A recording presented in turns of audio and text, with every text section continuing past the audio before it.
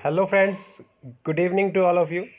तो दोस्तों, आज हम इसी वीडियो में जो बात करने वाले हैं वो है हमारा 31 दिसंबर के फर्स्ट और सेकंड शिफ्ट के जितने भी, अगर हम लोग बात करें क्वेश्चंस जो मेरे पास आए हैं एनटीपीसी एनालिसिस या एनटीपीसी जो एग्ज़ाम आपका हुआ है, तो ध्यान रखने उसके जो एनालिसिस मैं कर रहा हूँ लगातार। आपने देखा होगा मैंने 28 और 29 दिसंबर की भी वीडियो डाली होगी, और आज हम लोग 29 और 30 की डाल रखी है। आज हम लोग जो बात करेंगे वो 31 दिसंबर की बात करेंगे। इसमें जो रिलेटेड क्वेश्चंस जो आपके एग्ज़ाम में बने हैं और आगे किस टाइप के क्वेश्चंस बन सकते हैं वो सब कुछ डिस्कस करेंगे हम लोग।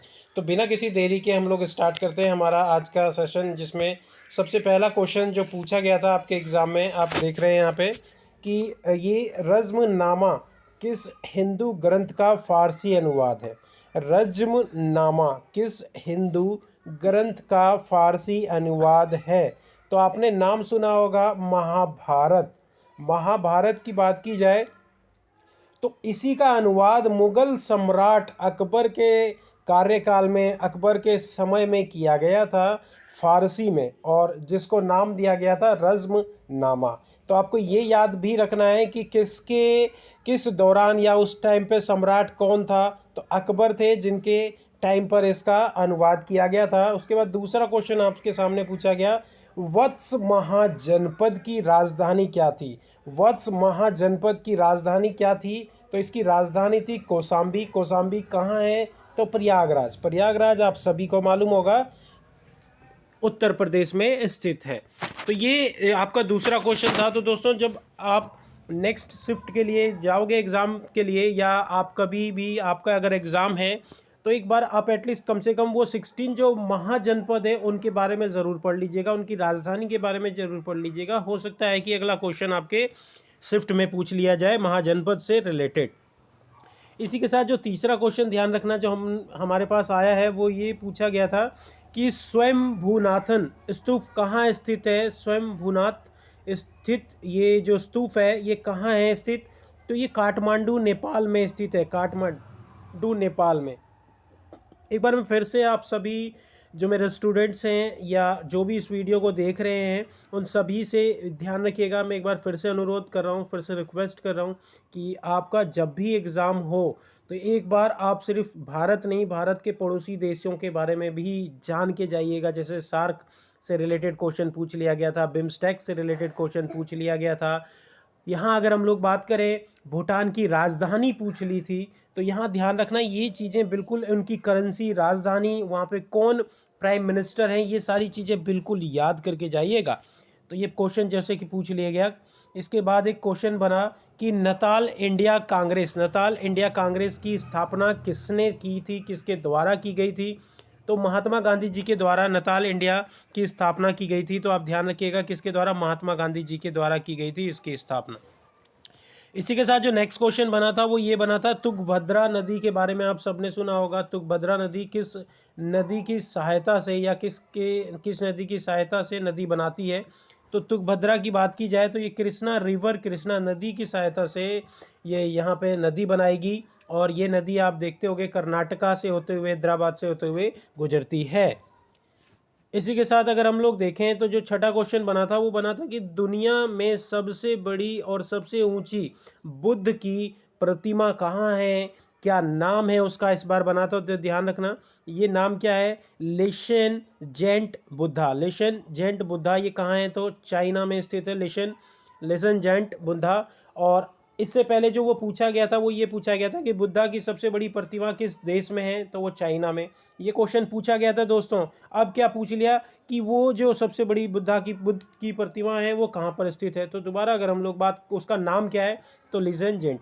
पहले पूछा था कहाँ स्थित है, अब पूछ लिया उसका नाम क्या है। अगर पूछ ले भारत में सबसे बड़ी बुद्ध की प्रतिमा की बात की जाए तो वो सांची स्तूप, आपने नाम सुना होगा, भारत का सबसे बड़ा। और ये सांची स्तूप से रिलेटेड एक क्वेश्चन आपके एग्जाम में, कल के एग्जाम में बना था कि ये यूनेस्को में कब शामिल किया गया था इसको। इसके साथ GHO, घो और कीरा की बात करें, किस देश की महिला और पुरुषों के पहनावे से रिलेट करता है? तो ध्यान रखना भूटान से। किससे? भूटान से। भूटान में जितनी भी अगर हम लोग बात करें महिला और पुरुषों की, तो वो वहाँ का जो पहनावा है उसको घो और कीरा के नाम से जाना जाता है। घो और कीरा के नाम से ये फेमस है। तो दोस्तों मैंने जैसे कि आपको बताया, यहाँ पे आपको अपने आसपास अपने जो भी नेबर्स कंट्रीज़ हैं उनके बारे में बिल्कुल पढ़ के जाना पड़ेगा, तभी आप यहाँ पे सक्सेस कर पाएंगे। इसी के साथ जो 8वां क्वेश्चन है वो है आपका वित्त आयोग से पूछ लिया गया था। कल जो क्वेश्चन बना था वो ये बना था कि 15th यानी 15वें वित्त आयोग के चेयरमैन कौन है, तो NK सिंह। और आज के एग्जाम में देखो क्या क्वेश्चन पूछ लिया गया कि वित्त आयोग की स्थापना कब हुई थी। कब हुई थी, तो 22 नवंबर 1951 की। हो सकता है कि अगले नेक्स्ट डे अगर आपका एग्जाम है उसमें वो ये भी पूछ ले कि वित्त आयोग की जब स्थापना की गई थी तो उसके पहले चेयरमैन कौन थे, तो केसी नियोगी पहले चेयरमैन थे। तो ये वित्त आयोग से रिलेटेड क्वेश्चंस बन रहे हैं आपके एग्जाम में, तो ये भी बिल्कुल देख के जाइएगा। इसके बाद 9वां जो क्वेश्चन है, 9th क्वेश्चन, उसमें ये पूछा गया था कि अनुसूचित और जनजाति क्षेत्र के अंतर्गत ये किसके अंतर्गत आते हैं। अगर हम लोग बात करें, पॉलिटी से रिलेटेड था, तो अगर हम लोग बात करें पॉलिटी का जो भाग 10 है उसमें अनुच्छेद 244 और 244A के अंतर्गत इसके बारे में जानकारी दी गई है। एंड अगर हम लोग बात करें नेक्स्ट क्वेश्चन की, 10th क्वेश्चन की, तो 10th क्वेश्चन जिसमें ये पूछा गया है, भारत के राष्ट्रीय सुरक्षा सलाहकार कौन है, who is the Indian national security adviser. तो आप सभी ने नाम सुना होगा अजीत डोभाल जी का। और अजीत डोभाल जी जिन्होंने अभी अगर हम लोग बात करें, अभी जो उरी में जो हम लोगों ने स्ट्राइक किया था उसकी वजह भी यही थे, और इन्होंने ही करवाया था, जिसकी वजह से किसी को कोई नुकसान तक नहीं हुआ था। और अगर हम लोग बात करें वहाँ पे पाकिस्तान के जो आतंकवादियों को ढेर करके आ गए थे। इसमें आपसे क्वेश्चन क्या बन सकता है कि इसका फॉर्मेशन कब हुआ, इसकी स्थापना कब हुई, तो 19 नवंबर 1998। आपसे वो ये भी पूछ सकता है कि इसके पहले अध्यक्ष कौन थे, पहले चेयरमैन कौन थे, तो ब्रजेश मिश्रा, बिल्कुल याद रखिएगा, ब्रजेश मिश्रा फर्स्ट NSG या NSA जिसे हम लोग बोलते हैं, नेशनल सिक्योरिटी एडवाइज़र थे। एंड अभी कौन है, तो अजीत डोभाल। 11वां क्वेश्चन देखो क्या है। 11वां क्वेश्चन आपका पूछा गया पानीपत की लड़ाई से, जिसमें आपसे ये पूछ लिया कि पानीपत की लड़ाई इब्राहिम लोदी और किसके बीच में हुई थी। पानीपत की जो लड़ाई हुई थी वो इब्राहिम लोदी और किसके बीच में हुई थी। तो अगर हम लोग देखें, पानीपत की जो लड़ाई हुई थी वो इब्राहिम लोदी और किसके बीच हुई थी, तो बाबर के बीच हुई थी। कब हुई थी, तो 21 अप्रैल 1526 में। और ये बैटल ऑफ फर्स्ट पानीपत के नाम से जानी जाती है। दूसरी बैटल ऑफ सेकेंड पानीपत की बात करें तो यहाँ पे आप देख रहे होंगे वो किसके द्वारा हुई थी। उत्तर भारत में हेमचंद्र या विक्रमादित्य, जो कि लोकप्रिय जिनका नाम था हेमू, और अकबर के ही सेनापति बेरहम खां के बीच 5 नवंबर 1556 को पानीपत के मैदान में लड़ी गई थी। ये क्वेश्चन आपके नेक्स्ट सेट में बन सकता है, ध्यान रखिएगा। क्वेश्चन ये भी बन सकता है, बैटल ऑफ पानीपत थर्ड की बात की जाए, थर्ड बैटल ऑफ पानीपत की, तीसरे पानीपत युद्ध की, तो ये अहमद शाह अब्दाली और मराठा सेनापति सदाशिव राव भाऊ के बीच में 14 जनवरी 1761 में की गई थी। तो ये जिसमें मराठा परास्त हो गए थे। तो आपको ये चीज़ें बिल्कुल याद रखनी है। अगर बैटल ऑफ फर्स्ट पानीपत से क्वेश्चन बनाए तो बैटल ऑफ सेकंड पानीपत से भी बनेगा और थर्ड बैटल ऑफ पानीपत से भी बनेगा। तो ये चीज़ें बिल्कुल देख के जानी है आपको। इसी के साथ जो 12th क्वेश्चन बना था वो ये पूछा था कि खानवा का युद्ध कब हुआ था। खानवा का युद्ध कब हुआ था, तो 16 मार्च 1527 को खानवा का युद्ध हुआ था। खानवा का युद्ध हुआ था किसके बीच, तो बाबर और मेवाड़ के राणा सांगा के बीच हुआ था। बाबर और मेवाड़ के राणा सांगा के बीच हुआ था। खानवा का युद्ध कब हुआ था, 1527 में। बिल्कुल ये याद करके जाना। क्वेश्चन ये पूछ लिया कि खानवा का युद्ध कब हुआ था, तो 15 मार्च 1527 में। अब अगला क्वेश्चन आपका ये बनेगा कि खानवा का युद्ध किसके बीच हुआ था, बाबर और मेवाड़ के राणा सांगा के बीच।